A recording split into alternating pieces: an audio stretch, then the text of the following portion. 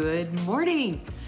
I am Jenny Hendricks at Century 21 Prestige Realty, and this is your Monday morning market update. We are at episode 31. 31 weeks this year of the Monday morning market update, and hasn't 2020 been a trip? All right, let's get into some stats. So our inventory inched up just a smidge, but that's cool. I will take it. So we have 111 active residential properties on the market right now. And as you know, when I say that number, what that means is in Cedar City proper, Enoch, and the immediate outlying areas in Iron County. I do not include Bryan Head, I do not include New Harmony and some of those further outlying areas because it tends to skew those statistics a little bit.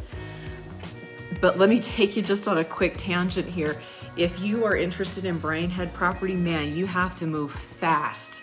I was up there with several buyers this past week, and it's at least as crazy as it is here in the valley. So if you have Bryan Head questions, let me know. It's just a nutty market up there too. Okay, but back to here locally, 111 active residential properties, which is up just a little bit. So that's good to see a little bit more inventory. Hopefully that trend will continue. I'll keep you posted on that. List price, the median list price for our active inventory is $334,900, which is up. And we're going to break that down for you here in just a second. There's 276 pending residential sales, which also is up, just reflective of how much activity is going on here in our local market. If we pivot to the sales, 964 residential sales in the last 12 months with a median sales price of $243,000. The good news is we've been tracking there for quite a while. So even though we're seeing that list price really pop up, the sales price is pretty stable. And again, I'm gonna give you some additional details on that in just one second. 6-month numbers. 526 sales in the last 6 months, and that again is up significantly. We've been over 500 sales in our running 6-month totals for a couple of weeks now. And the median sales price in the last 6 months is about $247,000. Okay, let's talk about what these numbers mean for our market right now. If we go back and look at January of this year, January of 2020, the median active list price was $260,000, okay? And now it's $334,900. That's up 23%. It's just, it's really interesting that that's how far up our active market has gone. If we look at the median sold price in January of this year, it was $232,000, okay, $232,000. If we look at our 12-month numbers, so our 12-month kind of running average on that median sales price, it's at $243,000. So even though our median list price is up 23%, our median sales price is only up 5%, which is kind of where we've been tracking for several years, actually, about 6%-ish a year, just depending on what price range you're in. So what does that mean? Why is the list price so much higher than our median sales price? Well, we talked about this a few weeks ago, and really what it means is just there's more churn in that entry level price range up to that like 250-ish mark.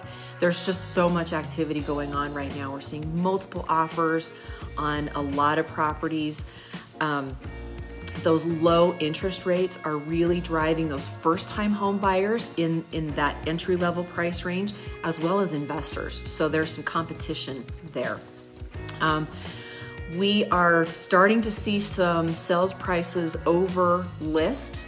especially if closing costs, if the buyer's asking the seller to pay their closing costs, we're seeing that added on top of the list price, especially when you're competing with other buyers. And on those inventory numbers, we're at about half the number of homes on the market that we had in January of this year. So we were over 200 in January. Now we're at 111. So that's part of what is just driving that kind of frenetic activity in that entry level price point in our market. Okay, what does that mean if you are trying to get a home and you find yourself competing or not being able to find what you want because of the limited inventory? I've had a number of clients who have turned to new construction. So let's talk about new construction. Do you need an agent? I think that you do, and here's why. We have some of the most amazing local builders here. They're great people, great companies, a long history of doing great work. That said, their contracts are written by them, and they are going to favor the builder. There is absolutely no reason why you should not have somebody advocating for you. So get an agent who is familiar with the new construction process, who has a relationship with some of these builders, and it really will go a lot smoother. They can help kind of, smooth out some of those bumps and things that try to go sideways, as they always do. Okay, not all builders are the same. We do have some fabulous ones here though, so if you have questions on that, let me know. I'm happy to be a resource for you on that. Because inventory is so tight, sometimes new construction can be a good option for you. I've been asked the question about costs, and I'm going to break this down just a little bit more for you here in a second. But builders just aren't giving a lot of wiggle room on those. If you're interested in new construction, most of the time the cost is just going to be what the cost is. The list price is probably what you're going to pay. There's a few builders that will allow a little bit in there for buyers' closing costs. A lot of the builders are having buyers add that onto the list price, and that's just kind of the market that we're in right now. The process will vary depending on the builder, and the biggest thing that we'll see in that is some local builders have the ability to self-finance these projects, these homes, okay? So if you are working with a builder who can do that, all you have to do for your financing is get your takeout loan, your regular mortgage like you would on any other property. Now, you're probably gonna have to put up earnest money, and in addition to that, you'll probably have to put up a construction deposit, and different builders charge different amounts for the construction deposit. Most of the time, those construction deposits are non-refundable after a certain point, usually your due diligence, where you've sat down with the builder, you've approved the plans, you've approved all of the details, you know what cabinets you're gonna have, you know what kind of flooring you're gonna have, and so forth. Usually at that point in time, the builder's gonna pull the trigger on starting that house, and your construction deposit will probably be non-refundable. Now, if you are working with a builder who does not self-fund, you'll probably need to talk to a lender to get a construction loan. And there's a couple of different ways to do that. A popular product is a one-time close. So you go to a lender, they'll finance the construction period of time, and then once you've got the certificate of occupancy and you're ready to go and it's going to be your house, they'll just convert that construction loan into your long-term financing. Very convenient, and there's several lenders here that are able to do that. Okay, you can buy in an existing subdivision. There's a number of new construction spec homes or subdivisions where the builders have, say, 3 or 4 or 5 different models that you can choose from. You can put this one on a basement, you can flip this floor plan, here's their upgrade package. So that makes it really convenient for the buyers, because you don't have quite so many choices. But you can still get a very highly customized home. And that's something that's really fun. That's actually a really good option. There's a lot of subdivisions that are doing that, and they're really nice. So again, if I can be a resource on that, let me know, because there's some really cool projects that are happening right now. Okay, you can also buy your own lot.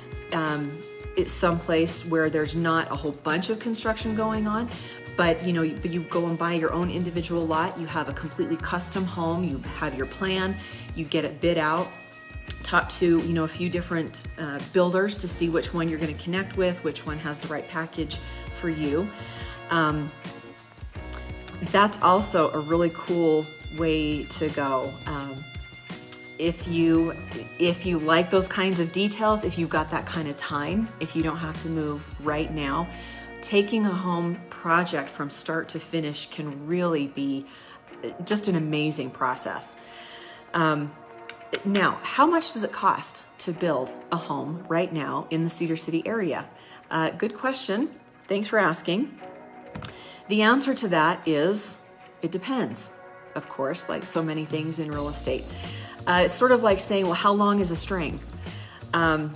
There are so many variables, and that's part of the fun of getting involved in new construction. Do you want granite countertops or Formica countertops? Do you want tile floors? Do you want vinyl floors? Do you want to include your landscaping? Do you want a block wall fence? What kind of window treatments are you going to have? Obviously, all of these things are going to affect the costs that go into the home. Are you including the lot or not including the lot in the cost of that? Are you going to purchase the lot first and then finance the construction, or are you going to buy it kind of all as one package? There's so many different variables when you're doing this, and all of them are fine. There's not necessarily one right way to do it. It just depends on your situation and the builder that you're working with and the kind of financing that is the best fit for you. But I did call one of my dear friends in the construction industry and talked about what are the costs, how much does it cost to build a home? And here's what I was told, and I thought this was a great analogy. If you have a home that is floating in the sky, that is not attached to the dirt, and there's no excavation costs, there's no landscaping costs, you're just talking about the home. Kind of the median price per square foot right now is about $150 a square foot, okay? Now, if you take that house and you put it on a lot, how much is the lot? There's lots that range from, from small to big, $30,000 to $150,000 or more. It depends on where you are and how big the lot is, and how much it costs to connect to utilities, and if there's any excavation that needs to be done, or anything going on with the soils. Does the soil needs certain treatment to become more stable? So if we add in, the lot, the landscaping, any upgrades, we're easily at $200 a foot and up from there. So again, it just depends on what you want. I think new construction is becoming an option because our inventory is so limited. So if that is something that is interesting to you, if it's something that you want to explore, let me know. I'm happy to kind of help you through that process from, lot purchase and financing clear to the very end when you get your certificate of occupancy and you move into your brand new home. So I am Jenny Hendricks. This has been your Monday morning market update for August 10th, which is my daughter's birthday. Happy birthday, Mallory. And I will see you soon. Have a great week.